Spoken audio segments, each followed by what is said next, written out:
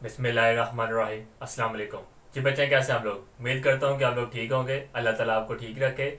आज हम chapter number 2 के जो है वो उसके अंदर कुछ चीज़ों के बारे में डिस्कस करेंगे। और वो बहुत इंपॉर्टेंट जो है वो नंबर्स हैं जो कि रैशनल और इरेशनल हैं। ठीक है, इनके बारे में हम डिस्कस करेंगे। हमने इससे पिछले लेक्चर में भी रैशनल इरेशनल के बारे में जिक्र किया था, लेकिन हमारा इरेशनल का टॉपिक कुछ रह गया था, तो आज हम उसे कवर अप करेंगे। इसके साथ साथ हम एक्सरसाइज 2.1 के क्वेश्चंस भी करेंगे और देखेंगे कौन से नंबर्स हैं वो रैशनल होंगे और कौन से इरेशनल है। तो जैसे कि हम लोग पहले भी डिस्कस कर चुके हैं कि रैशनल नंबर्स आपके पास वो नंबर्स होते हैं जो कि पी बाई क्यू के फॉर्म में होते हैं। ठीक है, मतलब फ्रैक्शन की शक्ल में। अगर मैं इसकी कुछ एग्जांपल देना चाहूँ, सपोज 1/5, ठीक है, या फिर मैं कह सकता हूँ कि 3/10। तो ये नंबर्स आपके पास क्या फ्रैक्शन की शक्ल में है, पी बाय क्यू की शक्ल में।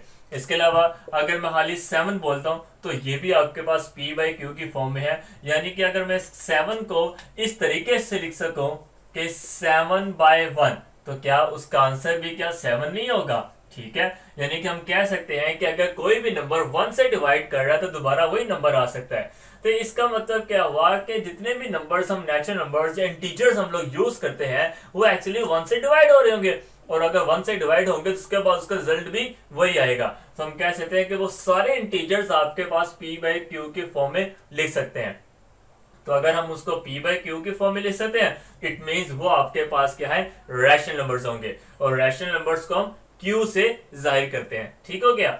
तो आगे उसने क्या है कि पी बाई क्यू, ये लाइन का मतलब होता है सच डैट। इसका क्या मतलब होता है? Such that. यानी कि आपके पास रैशनल नंबर्स वो नंबर्स हैं जो कि पी बाय क्यू की फॉर्म में हो। सच डैट, जैसा कि पी और क्यू ये साइन होता है बिलोंग्स टू। बिलोंग्स टू इसका मतलब होता है ताल्लुक रखना। यानी कि पी और क्यू इन दोनों में जो नंबर्स आप लगाएंगे वो दोनों आपके पास इंटीजर से ताल्लुक रखते होंगे।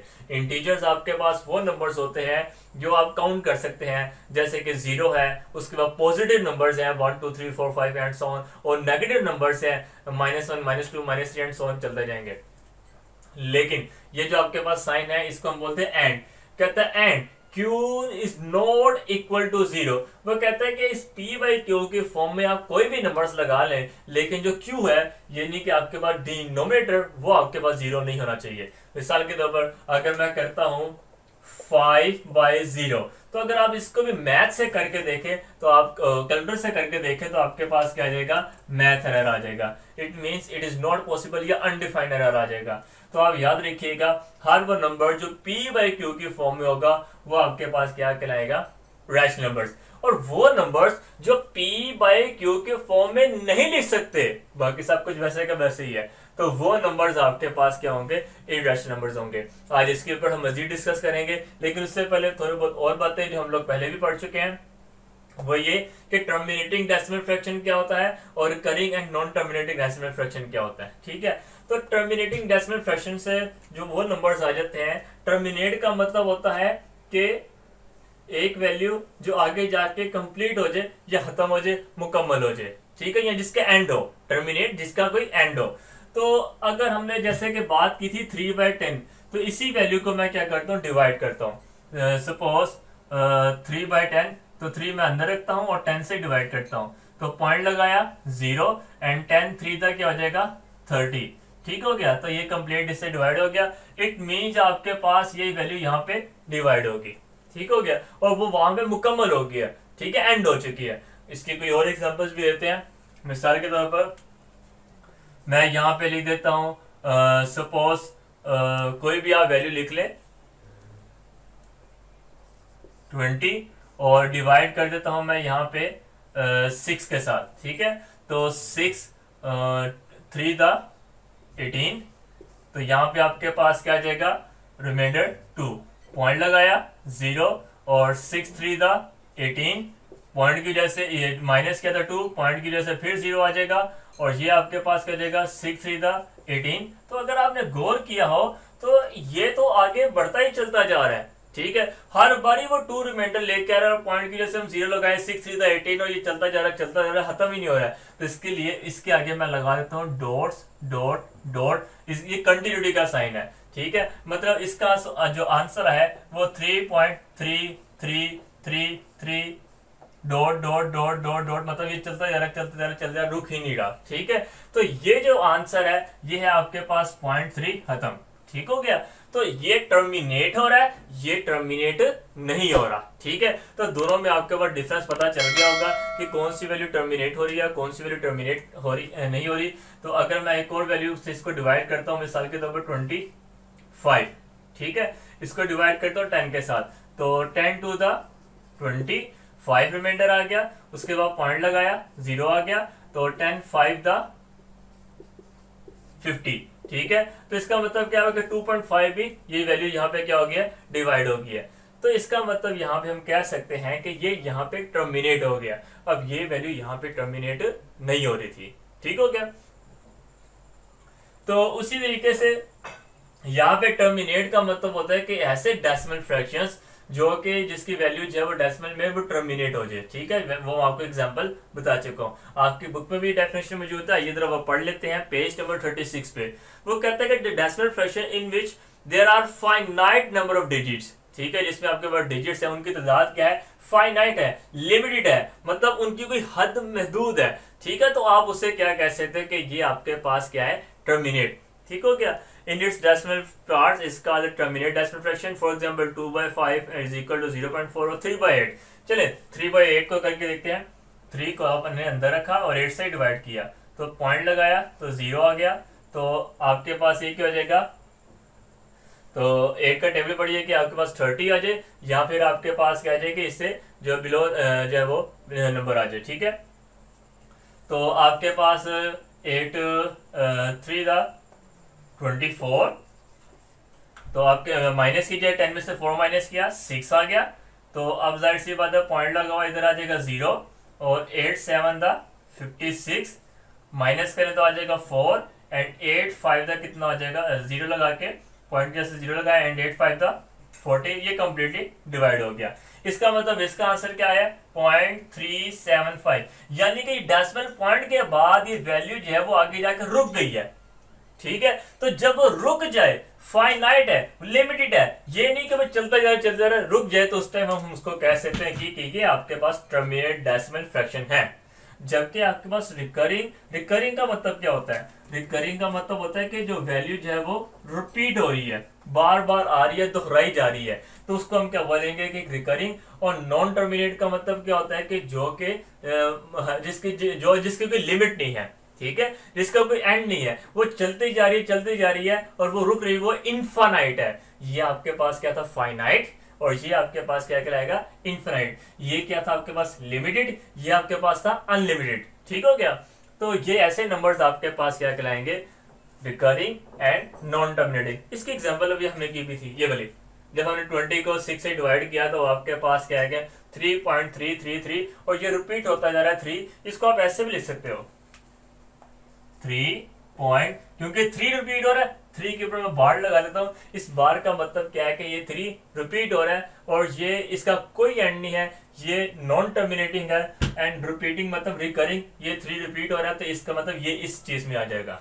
ठीक हो गया, तो इसकी भी हम कुछ और एग्जांपल लेते हैं। मिसाल के तौर पर 4/11, इसमें अच्छी एग्जांपल दी है बुक में, तो ये बुक में आपके पास इसकी डेफिनेशन में बढ़ता चलूँ, पेज नंबर 36 पे है। The decimal fractions non terminating, जो कि टर्मिनेट नहीं हो रहे, in which some digits are repeated again and again in the same order. वो कहता है कि कुछ डिजिट्स, मैंने तो अभी यहाँ पे एक डिजिट रिपीट हो रहा है, हो सकता है कि एक से ज्यादा डिजिट रिपीट होते हो। फॉर एग्जाम्पल 671 671 671 671, तो ये भी इस सेंस को, इस सीक्वेंस को भी रिपीट होना बोलते हैं। तो 671 क्या वो रिपीट हो रहा है, क्लियर हो गया। तो वो कहता है कि डिजिट जब वो रिपीट करें एक सेम ऑर्डर के अंदर, तो उस टाइम उसे क्या बोलेंगे कि वो रिकरिंग डेसिमल फ्रैक्शन है। और इसने एग्जाम्पल में 4/11 में लिखा हुआ है, हम इसको भी करके देखते हैं वो कैसे है। चलिए हम 4 को जो है अंदर रखते हैं, 11 से डिवाइड करते हैं, पॉइंट लगाया तो हो जाएगा 0। 11 3 दा 33, इसको माइनस करें 7 आ जाएगा, और उसके बाद पॉइंट की वजह से 0 आ जाएगा। अब ये 11 6 तक कितना आ जाएगा, 66, इसको माइनस करें 4 आ गया, पॉइंट की वजह से फिर क्या हो जाएगा, ये 40, और 11 3 तक कितना हो जाएगा, 33, माइनस करें तो 40 में से 33 माइनस करें तो आ जाएगा 7, पॉइंट की वजह से फिर आ जाएगा 0, 11 6 था 66, तो ये माइनस करें फिर आ जाएगा 4। मैंने कहा हर मरतबा जब वो 4 या फिर आपके पास जब 7 जब माइनस होकर निकल रहा है, इसका मतलब इसमें आपके पास आंसर क्या रिपीट होता जा रहा है, वो है आपके पास 0.363636 and dot dot dot dot, मतलब ये अनलिमिटेड ये चलता जा रहा है। ठीक है, और इसका शॉर्ट फॉर्म में मैं ऐसे भी लिख सकता हूँ 0.36 और उसके ऊपर मैं बार लगा देता हूँ। तो इसका मतलब क्या हुआ कि हमारे पास जब आप कोई दो वैल्यूज को फ्रैक्शन में डिवाइड करते हैं तो या तो वो कंप्लीटली डिवाइड हो जाता है, ठीक है, एक लिमिटेड आपके पास आंसर आ गया, एक टर्मिनेटिंग आंसर आपके पास आ जाएगा, ठीक है, या फिर वो क्या होगा कि वो कोई भी इसमें टर्मिनेशन नहीं आ रही होगी, बल्कि इसमें कोई ना कोई वैल्यू रिपीट होती हो रही होगी। ठीक हो गया, जैसे कि आपके पास एक ये एग्जांपल है, क्या ये टर्मिनेट हो रहा है, नहीं, क्या ये रिपीट हो रहा है, यस। ठीक हो गया, तो अब देखिए यहाँ पे आपके पास ये एग्जांपल हमने ये की थी 0.3636, तो ये क्या आपके पास टर्मिनेट हो रहा है, नहीं, ये तो चलता जा रहा है। और क्या आपके पास इसमें आंसर सेम आ रहा है, ओके, ठीक है, सेम आंसर आ रहा है, सेम डिजिट्स रिपीट होते जा रहे हैं। क्लियर हो गया। तो अब ऐसा भी तो कोई केस हो सकता है कि आपके पास जिस तरह की हमने बात की कि नॉन टर्मिनेटिंग और नॉन रिकरिंग, कोई ऐसी वैल्यूज जो आपस में डिवाइड होती है और उसका आंसर आपके पास जो है वो कुछ ऐसा आ जाए कि वो आपके पास ना तो रिपीट हो और ना ही उनका कोई एंड हो। ठीक हो गया, तो उन वैल्यूज को, वो जो आपके पास नंबर्स होंगे, उन नंबर्स को आप इर्रेशनल नंबर्स बोलते हैं। ठीक हो गया, तो फिर हम यहाँ पे इसकी डेफिनेशन के अंदर दो वर्ड्स लिख देते हैं। एक लिख देते हैं हम, ये अब आपके एमसीक्यू के तौर पे आपको बताने लगा हूं, नॉन टर्मिनेटिंग, और दूसरा है आपके पास नॉन रिपीटिंग।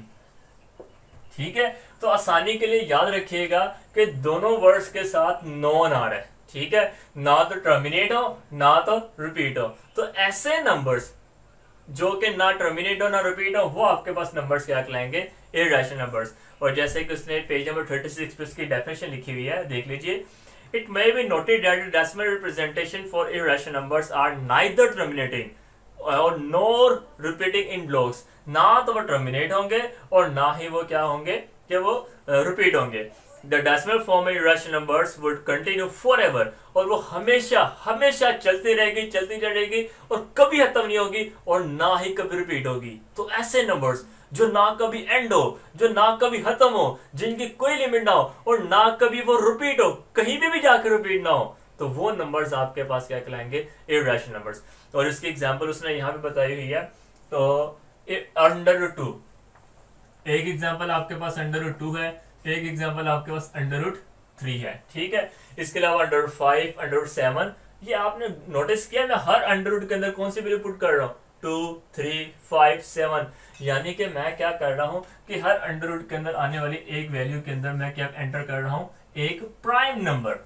ठीक है, तो मैं आपको आसानी से एक और इंपॉर्टेंट एमसीक्यूज, जब भी अंडर के अंदर कोई भी प्राइम नंबर आ जाए, प्राइम नंबर्स कौन से हैं, 2 से शुरू होते हैं, 2, 3, यानी कि जो सिर्फ और सिर्फ 1 और अपने टेबल पे जाए, जो सिर्फ 1 और अपने टेबल पे जाए। ठीक है, 2 से शुरू होते हैं, 1 ये होगा, 2, 3, 5, 7, 11, 13, 17, 19, 23, 29, 31, 37, 41, 47, तो इसके बाद 53, 51, 53, ये सारे आपके पास क्या है कि आपके ये प्राइम नंबर्स है। 51 आई थिंक तो चला जाता है, 57 आपके पास नहीं जाएगा, 59 आपके पास नहीं जाएगा, यस। तो ये आपके पास जाए सिर्फ और सिर्फ अपने टेबल और 1 के टेबल पे जाए, वो आपके पास प्राइम नंबर्स कहलाएंगे। तो अगर मैं करूं √11, तो ये आपके पास क्या होगा, इर्रेशनल नंबर्स। अगर मैं कहूं सपोज और कोई नंबर 57 या 59, तो ये आपके पास क्या होगा, एक इर्रेशनल नंबर होगा। ठीक है, क्योंकि जब आप इसको अंडर से इसका आंसर लेंगे, तो चाहे आप कैलकुलेटर पे करके देखिएगा, तो जिसका आंसर है वो कभी भी पॉइंट के बाद आगे जाके रिपीट नहीं होगा, और इसके साथ साथ वो कहीं भी जाके रुकेगा भी नहीं। अब आप कहेंगे कि अगर हम कैलकुलेटर से इसका आंसर देखें तो पॉइंट के बाद जो वो एक उसके जो है एलसीडी पे जो आप आंसर दे रहे हैं, सपोज इसका जो आंसर है हम इसमें जो बुक की एग्जांपल हम उसी के पकड़ लेते हैं, √2 का। ठीक है, तो √2 का जो आपके पास आंसर है वो है 1 पॉइंट, आप कैलकुलेटर पे करके देख लीजिएगा, 1.414142 और आगे लिखा हुआ उसने 131356 dot dot dot dot and so on. ठीक है, तो होता यह है कि हमारे पास कैलकुलेटर के एलसीडी के ऊपर जो आंसर है कुछ यूं इस तरीके से शो होता है। ठीक है, तो वो इस तरीके से यहां तक उसने क्यों शो किया या यहां तक उसने शो कर दिया, इधर तक शो कर दिया, उसकी वजह ये कि हमारे पास अपने कैलकुलेटर की एलसीडी जो है वो है ही, उसकी रेंज ही इतनी है, उसमें सिर्फ इतने ही डिजिट शो हो सकते हैं। अगर आपके पास कोई बड़ी लेंथ वाली एलसीडी का कैलकुलेटर होता तो वो उससे भी ज्यादा नंबर दिखा सकता था। ठीक है, तो इसलिए उसने क्या किया होता है कि एंड नंबर को वो राउंड ऑफ कर देता है और आपको एक लिमिटेड सा आंसर दिखा देता है, लेकिन वो होता लिमिटेड नहीं है, वो अनलिमिटेड उसकी, क्योंकि इसमें कैलकुलेटर की कैपेसिटी ही इतनी होती है, इस वजह से उसका आंसर इतना डिस्प्ले हो रहा होता है। ठीक हो गया, तो इसका मतलब क्या, बस आपने याद रखना है कि जब भी एंड्रॉइड के अंदर कोई भी प्राइम नंबर आ जाए तो वो आपके पास इरेशनल नंबर्स हैं। इसके अलावा और भी इरेशनल नंबर्स हैं, आपके पास पाई है, इसके अलावा एप्सिलॉन है, तो ये आपके पास क्या कहलाएंगे, ये भी इरेशनल नंबर्स, ये एमसीक्यूज, ये भी एमसीक्यूज, ये भी एमसीक्यूज, तो इसके अलावा ये एमसीक्यूज, ये एमसीक्यूज, तो ये सारे एमसीक्यूज आपके बुक के ऊपर भी लिखे हुए हैं। ये आप पेज नंबर 35 पे एक ब्लॉक नजर आ रहा होगा सबसे पर, आप उसको मार्क कर लीजिएगा, बोर्ड पॉइंट ऑफ व्यू के वाले से वो एमसीक्यूज के लिए बहुत ज्यादा इंपॉर्टेंट है। ठीक है, अच्छा एक आपको पता है कि बात बताता जाऊं कि हम बात कर रहे हैं कि पाई आपके पास क्या है कि एक इररेशनल नंबर है, वो हमने अभी ऊपर डिस्कस किया वहां पे। ठीक है, पाई एक इररेशनल नंबर है। ठीक है, तो मैं इधर लिख लेता हूं कि पाई मेरे पास क्या है, एक इररेशनल नंबर है। ठीक हो गया, अगर मैं बात करूं 22/7, ये क्या है, अब आप कहोगे कि पाई की वैल्यू 22/7 होती है, ठीक है, जो कि 3.141 समथिंग है, तो इसको मैं क्या कहूंगा, तो मैं कहूंगा ये आपके पास क्या है, एक रैशनल नंबर है। अब आप यहां पे फिर कंफ्यूज कि भाई पाई की वैल्यू 22/7 है, आप कह रहे हैं कि पाई एक इररेशनल नंबर है, उसकी वैल्यू 22/7, और उस वैल्यू को आपने रैशनल क्यों कर दिया। ठीक है, कॉन्ट्रडिक्शन। तो बच्चे इसके ऊपर भी हम डिस्कशन कर लेते हैं।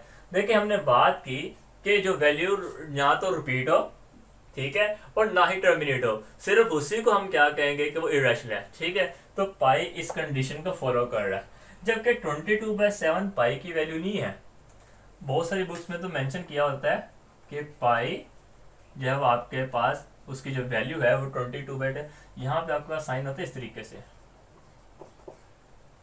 क्योंकि पाई की ये 22/7 एग्जैक्ट वैल्यू नहीं है, ये उसकी एक अप्रोक्सीमेट वैल्यू है।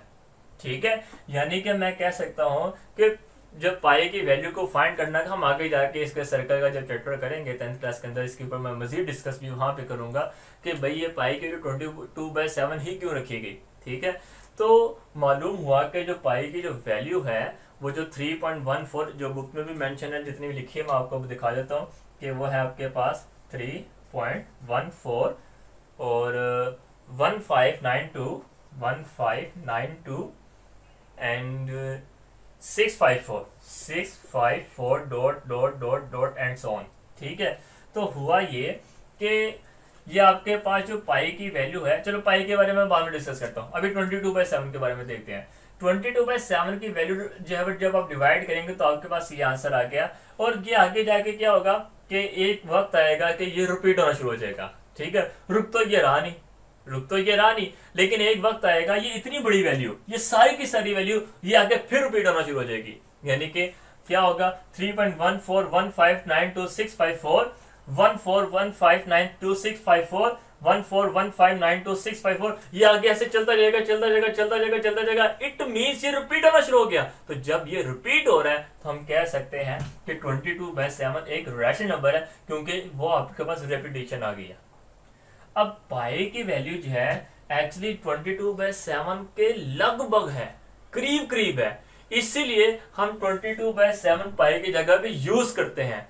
तो एक्चुअली पाई की एग्जैक्ट वैल्यू 22/7 नहीं है, ये हम उसको अप्रोक्सीमेट, हम एक कहते हैं कि भाई उसके करीब है, इसलिए उसकी वैल्यू हम जो है वो यूज करते हैं। ठीक है, और क्योंकि अब आप कहोगे कि पाई की एग्जैक्ट वैल्यू क्या है, पाई की एग्जैक्ट वैल्यू अभी तक भी इतनी ज्यादा टेक्नोलॉजी और इतनी ज्यादा मैथ और इतनी ज्यादा साइंस और इतनी ज्यादा इंफॉर्मेशन होने के बावजूद भी पाई की एग्जैक्ट वैल्यू अभी तक फाइंड नहीं हो सकी। इसीलिए अभी तक हमें यही पता है कि पाई की जो वैल्यू है वो पॉइंट के बाद ना तो वो रिपीट हो रहा है और ना ही वो एंड हो रहा है। हम यही कह सकते हैं कि पाई एक इर्रेशनल नंबर है। ठीक हो गया? क्यों? क्योंकि उसमें आपके पास क्या डेसिमल वैल्यू जो है वो आपके पास non terminating and non repeating, लेकिन जो 22/7 है वो रिपीट हो रहा है। अब वो एक अप्रोक्सीमेट वैल्यू हम उसके जगह यूज कर रहे होते हैं, तो इस वजह से हम 22/7 हर जगह पाई की जगह लिखते हैं। लेकिन आज आपको पता चल गया, ये बहुत इंपॉर्टेंट एमसीक्यूज है ये दोनों, कि पाई आपके पास क्या है, रैशनल इरैशनल। अब आपने खुले दिल से कहना है इरैशनल। 22/7 आपके पास क्या है, वो क्या है, रैशनल, क्योंकि आगे जाकर रिपीट होना शुरू हो जाता है बाद तक। ओके, चले अब आते हैं हम अपनी एक्सरसाइज 2.1 के ऊपर। तो सबसे पहला क्वेश्चन है आपके पास, identify which of the following are rational and irrational. तो आपको ये बताना है कि इनमें से नीचे दिए गए नंबर्स कौन से आपके पास रैशनल हैं और कौन से इरैशनल हैं। तो मैंने आपको एक निशानी बताई थी कि आपने रैशनल इरैशनल के बारे में कैसे पहचानना है। इरैशनल के बारे में तो बस याद रखें नॉन और नॉन। तो अगर किसी नंबर में दोनों क्वालिटीज हैं वो इरैशनल, अगर नहीं है तो रैशनल, सिंपल सी। चलिए जरा देखते हैं। पहले आपके पास क्या है, पहला पार्ट आपके पास क्या है, √3। ठीक है, हम जरा लिख लेते हैं एक्सरसाइज 2.1 एंड क्वेश्चन नंबर 1 का फर्स्ट पार्ट, √3। अब आपने भी कहा कि भाई अंडर के अंदर कोई भी प्राइम नंबर आ जाए तो वो आपके पास क्या कहलाएगा, इरैशनल। तो ये तो हो गया हमारे पास इरैशनल नंबर। ठीक हो गया। तो अब अगली आपके पास आ रही है 1/6। तो इसका सेकंड पार्ट है आपके पास 1/6। अच्छा, इसकी समझ नहीं आ रही, चलो ठीक है, हम डिवाइड कर लेते हैं। 1 को अंदर रखा, 6 को जो नीचे डिनोमिनेटर होता है वो आप बाहर रखते हैं। तो पॉइंट लगाया, इधर आ गया 0, 6 1 6, 4 आ जाएगा। उसके बाद पॉइंट के 0, 6 6 था 36, और उसके बाद 40 में से 36 माइनस किए तो 4 आ जाएगा।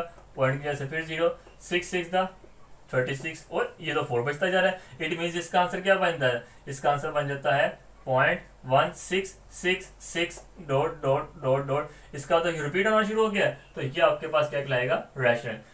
रैशनल को क्यू से रिप्रेजेंट करते हैं और रैशनल को क्यू डैश से। ठीक हो गया, क्यू बार। आगे आपके पास आ रहा है पाई। जो थर्ड पार्ट है आपके पास वो है आपके पास पाई। तो अभी हमने पढ़ा है कि पाई आपके पास क्या है, इरैशनल नंबर है। ठीक हो गया, यानी कि इसको भी मैं क्यू से रिप्रेजेंट करता हूँ, क्यू बार से। ये भी आपके पास क्या हो जाएगा, क्यू बार। ठीक है, इजी हो जाएगा। इसी तरीके से बाकी नंबर्स भी आप फाइंड कर लीजिएगा कौन से कैसे है। अब जबकि क्वेश्चन नंबर 2 में इसने लिखा हुआ है convert the following fraction into decimal fraction. तो नीचे दिए गए नंबर्स को आपको फ्रैक्शन में लिखना है, मतलब डिवाइड करना है। सिंपल, जैसे हमने ये डिवाइड किया, ये डिवीजन हमने जो 5 क्लास में भी सीखी थी। तो सिंपल आपने जैसे ये डिवीजन किए हुए, इसका क्वेश्चन नंबर 2 वैसे ही करना है, और ये पार्ट्स आपके बोर्ड में नहीं आते होते। जबकि जो क्वेश्चन नंबर 3 है ये भी आपके पास इंपॉर्टेंट है, लेकिन एमसीक्यूज के हवाले से। तो मार्क कर लीजिए, क्वेश्चन नंबर 1 एंड 3 आपके एमसीक्यूज के हवाले से बहुत ज्यादा इंपॉर्टेंट है। ओके, तो इसका जो क्वेश्चन नंबर 3 का फर्स्ट पार्ट है वो कहता है कि ट्रू फॉल्स के हवाले से बात की जाती है। तो ट्रू फॉल्स में से भी एमसीक्यूज निकाल के ना वो डाल सकता है। ठीक है, तो ये आपने नहीं देखना कि ट्रू फॉल्स है तो आते ही नहीं है तो छोड़ दो, नहीं, ऐसे नहीं। तो 2/3 इज एन इरैशनल नंबर। तो वो कहता है कि 2/3 एक इरैशनल नंबर है। तो हम जरा साबित करते हैं कि क्या ये ऐसा है या नहीं। 2/3 वो कहता है इरैशनल। तो 2 को अंदर रखो, 3 से डिवाइड करें, पॉइंट लगाया 0 एंड 3 6 था 18, 2 आ गया, पॉइंट की वजह से 0, 3 6 था 18, 2 फिर 20, 3 6 था 18। तो ये तो हर बार 2 बच रहा है, इट मीन्स रिपीट हो रहा है, तो वो तो रैशनल होना चाहिए। इट मीन्स ये उसने स्टेटमेंट क्या गलत बताई है, तो वहां पे आपके पास क्या होगा, फॉल्स। ठीक है, now pi is an irrational number. हाँ जी, पाई तो इरैशनल नंबर है। ठीक है, इसको आप ट्रू कर लीजिए। उसके बाद आगे आपके पास आ रहा है 1/9 is terminating fraction, 3/4 is a terminating fraction. तो बस आप उसको डिवाइड करके देख लीजिए आप रफली इस तरीके से सब नंबर्स को। जो टर्मिनेट हो रहा है आप उसे कह दीजिएगा, देखिएगा वो टर्मिनेटिंग में लिखा हुआ तो वो ट्रू होगा, अगर नॉन टर्मिनेटिंग में लिखा होगा तो वो फॉल्स होगा। ठीक हो गया। तो इस तरीके से आपके सारे पार्ट्स यहाँ वाइंड अप हो जाएंगे। इनमें से बस ये एमसीक्यू के तौर पे आएगा, शॉर्ट क्वेश्चन के तौर पे कोई नहीं आएगा। ठीक हो गया। तो इंशाल्लाह ताला हम इसके नेक्स्ट इंपॉर्टेंट क्वेश्चन जो है वो क्वेश्चन नंबर 4, 5, 6 आपको मैं नेक्स्ट लेक्चर में कराऊंगा। तो आज के लिए मुझे आप इजाजत दीजिए। अल्लाह हाफिज़।